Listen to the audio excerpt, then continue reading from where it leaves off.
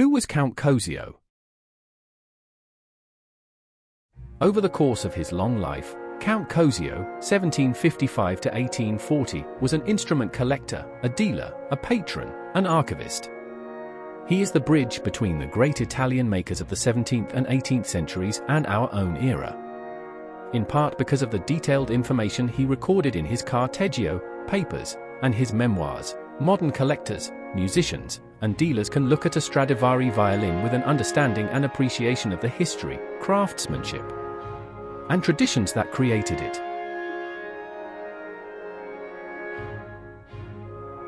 Count Ignazio Alessandro COZIO di Salabio was an Italian nobleman who was known as the first great connoisseur and collector of violins. The Count's father, Carlo COZIO, owned an Amati violin, which may have piqued COZIO's fascination with violin making. In 1771, COZIO attended the military academy in Turin, where he became acquainted with Giovanni Battista Guadagnini, the famous violin maker.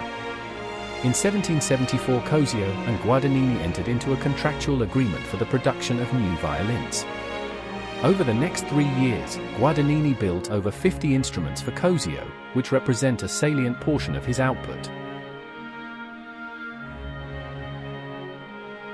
Later, COZIO formed partnerships with the Mantegazza brothers, Domenico and Pietro Giovanni. COZIO revered Stradivari. His passion for the Cremonese master's instruments inspired him to seek them out from sources all over Italy and beyond, and even, in an extraordinary act for the time, to buy the contents of Stradivari's workshop from his son, Paolo. Today those contents, patterns, sketches, notes, labels, an array of tools, are in the museum in Cremona.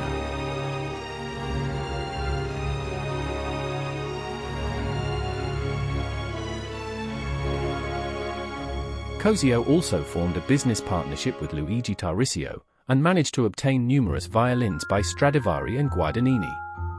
He's the first person to actually sit down and write things down from observing instruments, and to be reasonably methodical about it, says British violin maker John Dilworth. But COZIO was also a man with a mission. Dilworth adds, he became a violin fan at an early age and realized that the knowledge was disappearing, that instruments were disappearing from Italy, and that there wasn't any group of makers left. He went on a mission to try to save the craft in Italy. On the other hand, he was also looking to make money out of it. In COZIO's final years, with a fine collection of instruments still in his possession, he opened negotiations to sell it all to Luigi Tarisio. From Tarisio, some of the instruments found their way to the French maker and dealer J.B. Violin in Paris, and from there, to dealers and players all over the world. Important instruments that once formed part of the collection. Violins by Antonio Stradivari.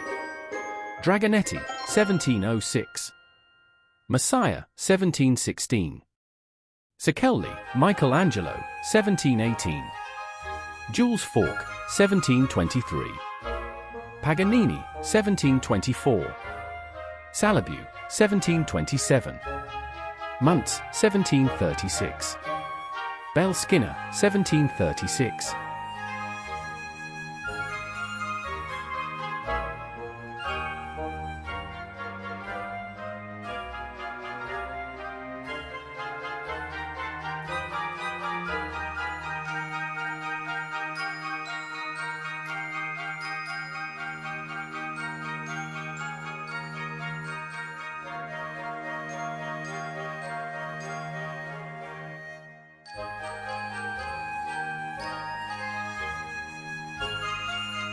Violins by Carlo Bergonzi. Scudi, 1733. Chrysler, 1740.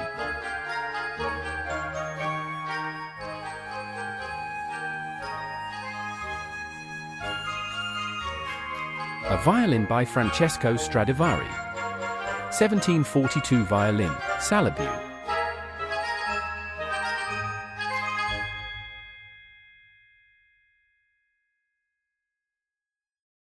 Violins by Giovanni Battista Guadagnini. 1773 viola, COZIO.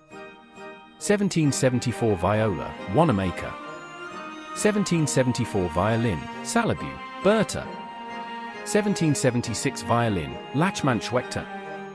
1777 cello, Simpson. 1782 violin, Salabu, Chapman.